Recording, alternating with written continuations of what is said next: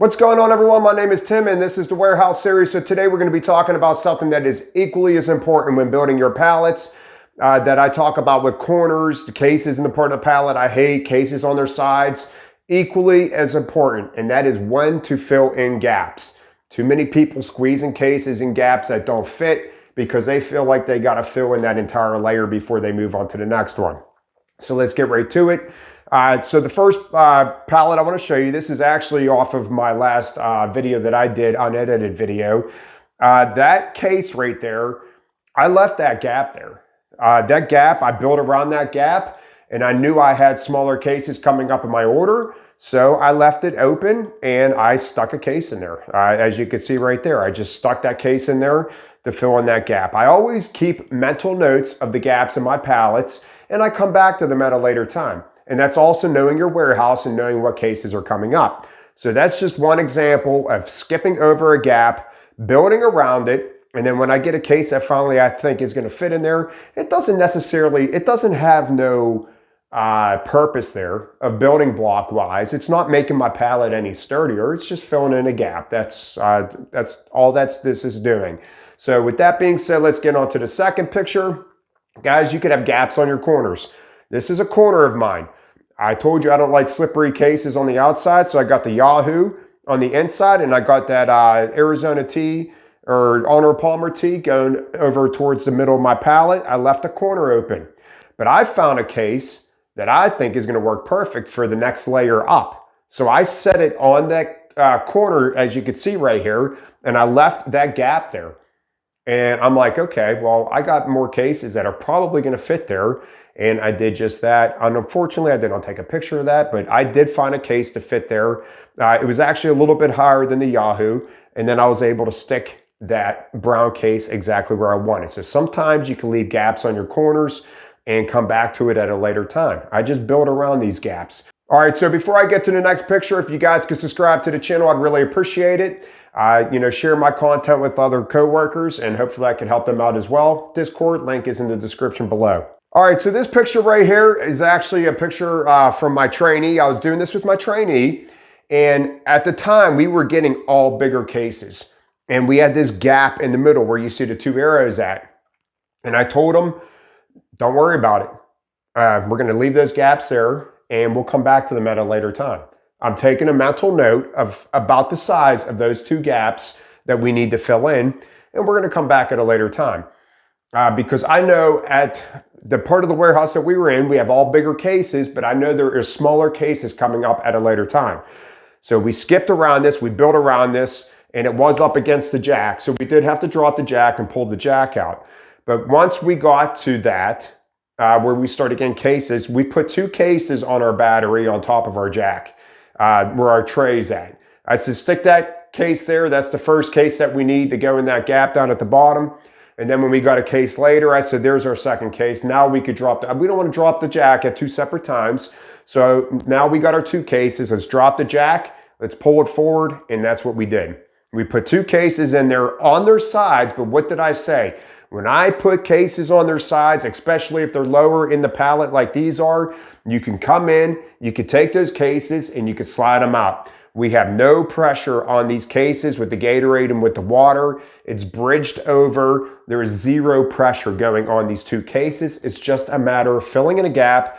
So we have something with our Arizona tee and our Dare Park and our other Arizona tee on the other side. We have something in case this pallet decides to shift. We have something to stop it. That's all that is with filling in the gap in the middle of the pallet like that, is just to give these cases something to lean on and come in from the sides. But as you can see, no pressure on top. Next picture, I had this on my, that's why you see the red dot on there on that comment. This is where I said I hate stacking like this in this part of the pallet. Right here, we have a gap that was created from building from the middle of the pallet out. You want to build from the perimeter of your pallet in, and you want cases facing towards the middle. This gap where the black arrow is pointing is a case that is up on end. That is not how we fill in gaps. So I would have eliminated both of those cases, stuck them up higher on the pallet, and waited for a case to come. 99% of the time, you will have a case that comes to fit in that gap. Unless you're dealing with all bigger boxes, it's a little bit different. But when you're in a warehouse, a dry goods warehouse or a perishable warehouse where you have multiple size cases coming, the last thing you need to do is force something in a gap that's not going to fit, because it's just going to make your pallet look crappy. Let's get on to the next picture. All right, so this picture right here is actually my picture that I did in the canned good aisles, and my 2 red arrows are pointing to 2 gaps that I need to fill. And I was getting all the same size cases, and I was not getting the opportunity to fill in these gaps. So what am I doing? I'm building around them. I'm not going to force something in there that's going to take my cases beyond the perimeter of the pallet. I'm going to wait. I know I have smaller cases coming up, and I get just that, as you can see in this picture right here. This is that gap that was on the end. That case that's below the tomato sauce or tomato paste up above, I got that. Those little cases, I call them filler cases. I tell my selectors when I'm training them, and you're in our canned good aisles, anytime you get a small skinny case that is for some reason is sporadic throughout our first 3 aisles of the warehouse, I call them filler cases. I mentioned this on my video whenever I was doing my unedited video. I stick them in a front part of the highest part of the pallet so they're out of my way, and I could use them at a later time. And I got one right there. And the gap in the middle I ended up filling later, and I don't have a picture of it, but take my word for it, I filled it. Let's get on to the next pick. All right, guys, once again, right here, this happens a lot. I get small squares in the middle of my pallet like this when I'm in this part of the warehouse. I do not force these gaps. I do not have what I did with this gap, so I have no idea. But there is 2 options here. One, if we cannot find a case to fill in this gap, like we are just, instead of squeezing a case down there, we have a level cases on each side of this gap.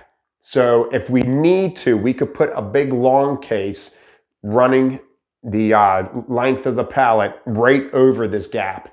So that's another way we can enclose this gap, is putting a case from one side to the other and just leave it empty. But if I can find a case to fit in there, I want to put a case in there. But if I cannot, I got level to level, I'm just going to stick a case right over there, and we're going to just totally ignore that gap and leave it there. So that's 2 options that you could do with that one. This one right here, guys, I had a gap. And sometimes you actually have the case on the pallet that you already selected, and it could go right there. And that's what I did. You know, sometimes you already have a case that's serving no purpose on the other side of your pallet or somewhere else on your pallet, but it's a case that's going to fit there. So sometimes, just like I said, making mental notes of what kind of case am I looking for to stick there. Well, take a quick glance at your pallet real quick. All right, I got this gap I need to fill. And well, there's that case right over there, and it's serving no purpose over there, but it'll serve a purpose here. So I'm going to take that case from this side of the pallet and put it right here in my gap. And that is exactly what I did right there. All right, so this one right here, this is another one of my trainees pallets that we were doing. As you can see, we got 2 red arrows pointing to 2 gaps. All right, so the top red arrow is pointing to the middle of the pallet. Once again, we were getting all bigger cases, and I was crossing my fingers that this was going to kick us over to the salad dressing like some of these orders do. And it did. So it ended up working out really nice for us. But as you can see, we were building around a gap on the bottom arrow on the side of the pallet, and we were building around this gap in the middle. And I'm like, you know, salad dressings are going to fit perfect. Actually, you could see a salad dressing all the way deep inside this hole. That was not there. We literally just put that section. We actually were all the way to the wood. That's how deep this gap was. And so you can imagine how happy I was as a trainer that we got to the salad dressing, because there are some parts of the warehouse that are just annoying. You get big case after big case after big case. You just gotta hope for the best. And most of the time it works out. And as you can see in this picture right here, it worked out just fine. We filled that middle in with, this is the top arrow. We filled that middle in with salad dressings. And then we took a case that we already had on the pallet, which was this one right here, this big long case. We know we're into the lighter part of the products. All right, we're not gonna, it is sideways because it made us even with our water. But we are also at the point of the warehouse that we have all light cases coming. If we were any earlier on this order, that box would not be in that direction. I would not put that box in that direction where it's possibly going to crush it. but I know we have all lighter cases coming up, and we're going to be stacking lighter cases in the middle of this pallet. So we were able to fill this in really nice. And the last pick I want to show you is that bottom area that we were talking about. We got 2 salad dressings to fill that in very nicely and gave us our, filled in our side nice. So, and you can see the case in the middle. This is the same pallet. You can see the case in the middle. So we filled that out very nicely. Knowing your warehouse is so important, because squeezing cases and gaps, as much as putting cases on their sides and building in that part of the pallet I can't stand, and putting small cases on corners, I can go on and on and on with this stuff, guys. They're all equally important. So if you are not doing everything that I am saying on this video, more than likely you are not building a good pallet. I promise you, the stuff that I teach on this channel is very relevant to building in the warehouse. So continue to watch my videos. Any questions, you leave them in the comment section below. I'll see you guys next time. Have a great day.